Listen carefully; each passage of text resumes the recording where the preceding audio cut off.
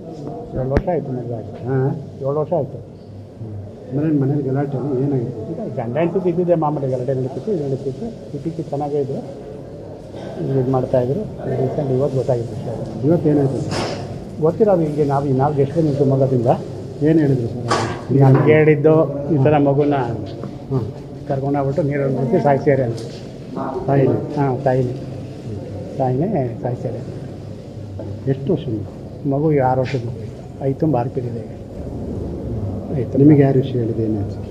ನಿಮಗೆ ವಿಷಯ ಹೇಳಿದ್ದು ಯಾರು? ನಮ್ಮ ವಿಷಯ ನಮ್ಮ ತಂಗಿ ಹೇಳಿದ್ರು, ಫೋನ್ ಮಾಡಿ. ಏನಂತ? ಈ ಥರ ಪಾಪ ತಿರ್ಕೊಂಡಿದೆ ಅಂದ್ಬಿಟ್ಟು ಸಾಯಿಸಿ ಹೇಳೋರು ಅಂದ್ಬಿಟ್ಟು.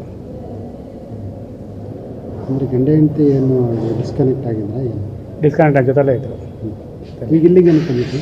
ಇಲ್ಲಿಗೆ ಚೆನ್ನಾಗಿ ಹಿರೇಸಭೆ ಅವರು ಹುಡುಗಿ ಊರದು, ಹುಡುಗಿ ನೇಟಿವ್ ಅದು.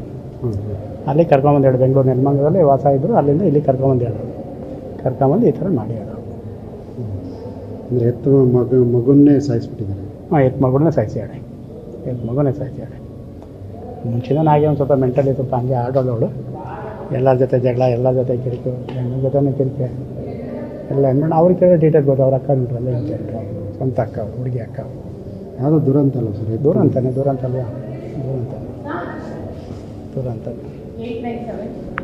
ಇವ್ರ ಅಕ್ಕನ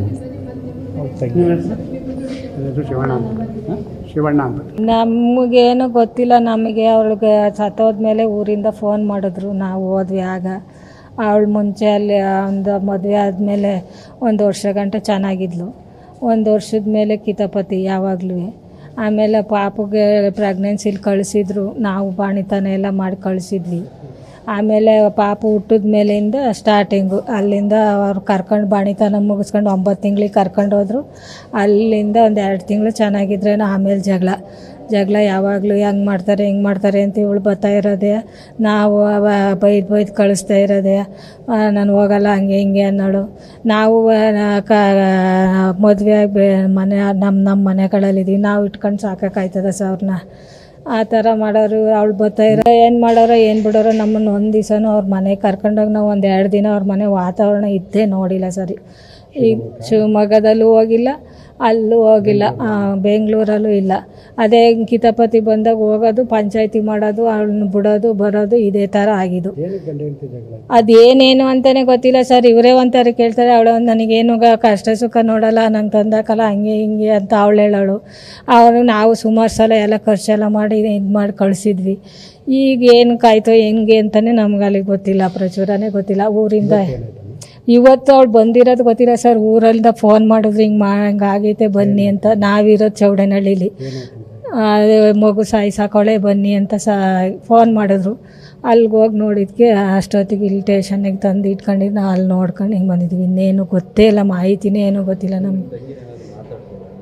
ಏನೂ ಮಾತಾಡ್ಸಿಲ್ಲ ಸರ್ ನಾವಿನ್ನು. ಅವಳ ಮುಖನೇ ನೋಡಿಲ್ಲ ನಾನು.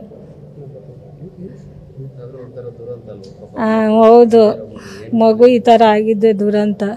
ಅವಳನ್ನ ನಾವು ಮುಖನೇ ನೋಡಿಲ್ಲ. ಹಿಂಗೆ ಅಲ್ಲಿ ಇರಿಸೋಕೆ ಹೋದ್ವಿ, ಈ ಥರ ಹಿಂಗೆ ತಗೊಂಬಂದ್ರೆ ಹಿಂಗೆ ಬಂದಿದ್ದೀವಿ ಅವಳು ನೋಡಿ.